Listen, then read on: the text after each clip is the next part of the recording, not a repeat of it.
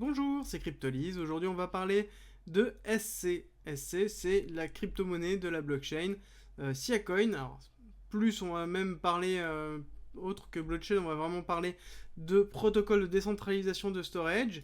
Le but étant de stocker ces informations de façon décentralisée, cryptée, sécurisée et de façon redondante, avec un taux de redondance qui est juste assez impressionnant.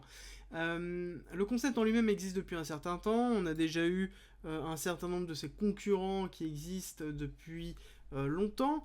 Et SIA, en tout cas, nous offre quelque chose qui est un petit peu différent et qui est très intéressant. La première chose à noter, c'est qu'ils ont quand même une offre qui est assez conséquente, avec quasiment 8 PB. On a 653 donc storage providers qui sont majoritairement quand même en Europe, on le note, un tout petit peu en Amérique, mais ça reste quand même majoritairement en Europe, avec, par contre, ça c'est le petit point qui me gêne un petit peu plus, une utilisation qui est uniquement de 2000 Tera, donc c'est-à-dire 2,2 PB. Donc c'est-à-dire qu'on est à 30% à peu près de l'utilisation de la totalité du volume proposé par SIA, et c'est juste cette schématique-là qui me gêne un petit peu.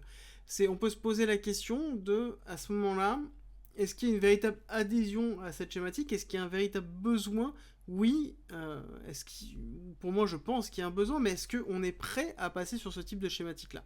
Ça c'est la grande question en fait qu'on va se poser et qu'il faut garder en tête lorsqu'on analyse ce type de schématique-là. Donc peut-être c'est pas le moment maintenant, mais ce sera peut-être le moment plus tard, et ça à voir. Donc en l'occurrence on voit qu'il y a tout un système de encryptage qui est effectué, et même pour aller plus loin, chaque bout de données qu'on envoie là-bas est tronçonné et crypté séparément et réparti.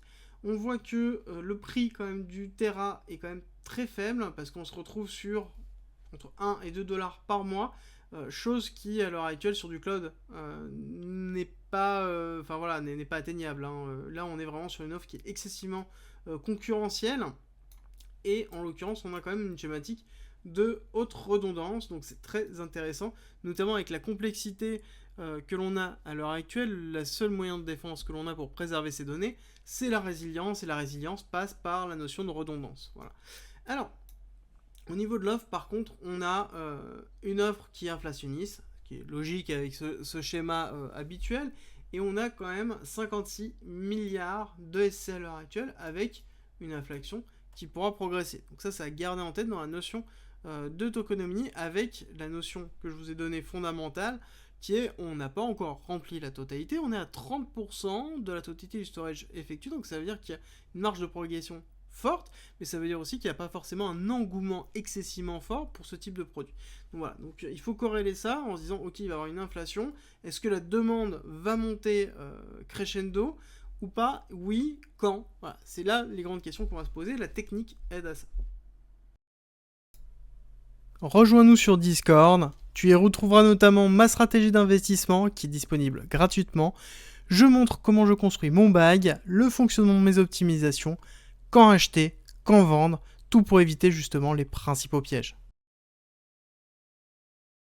Si tu aimes mon contenu, like, partage et abonne-toi, ça m'aide énormément. On va analyser justement cette partie technique pour voir ce que l'on a. Alors, première chose, on voit qu'on a effectué une période d'accumulation assez forte, donc durant l'année 2020, et on a eu cette montée habituelle que l'on retrouve sur beaucoup de coins concernant 2021 jusqu'en avril, avec une première chute qui s'est effectuée en amont, et on a retenté une nouvelle accélération, sauf qu'on s'est fait rattraper par le mois de mai, et le mois de mai qu'on retrouve sur toutes les cryptos à l'heure actuelle, en tout cas sur beaucoup de cryptos à l'heure actuelle. Donc on a eu un ATH qui a été effectué, qui est en l'occurrence assez intéressant, à 0,064, et on a une schématique de Wyckoff qui s'est mise en place. Une schématique de Wyckoff de distribution verte, BC, AR, ST, SO. Donc ça veut dire que là, on attend un UT, donc une prise de liquidité du BC, donc un nouvel ATH, pour pouvoir valider cette distribution et potentiellement faire un deuxième ATH avec un UTAD pour valider justement la distribution en elle-même.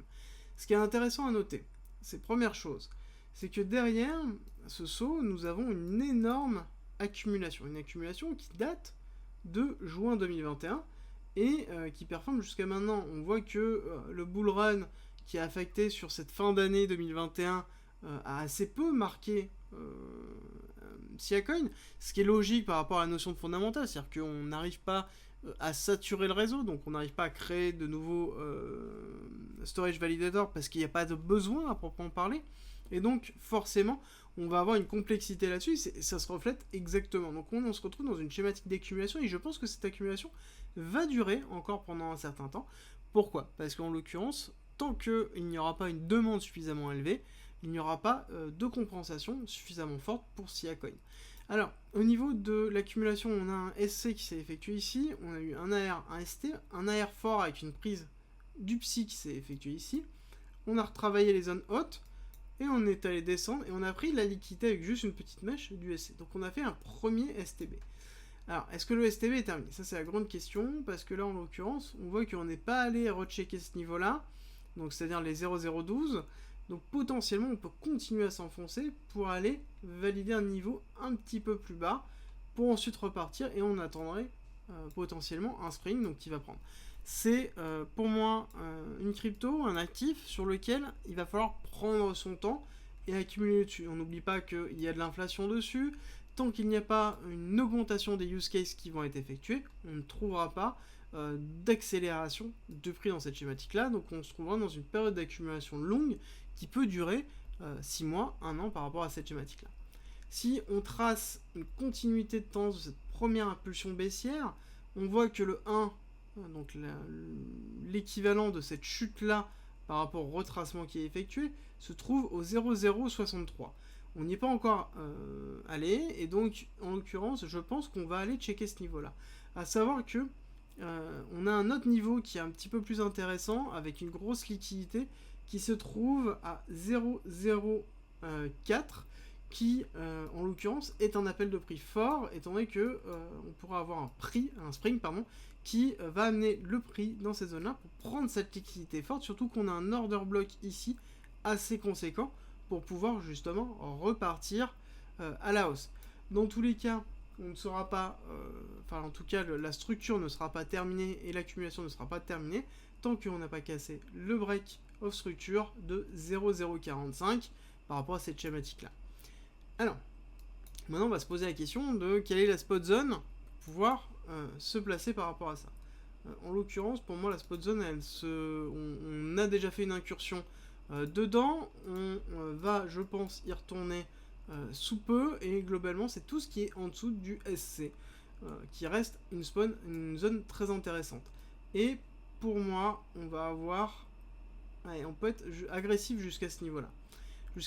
Pourquoi ?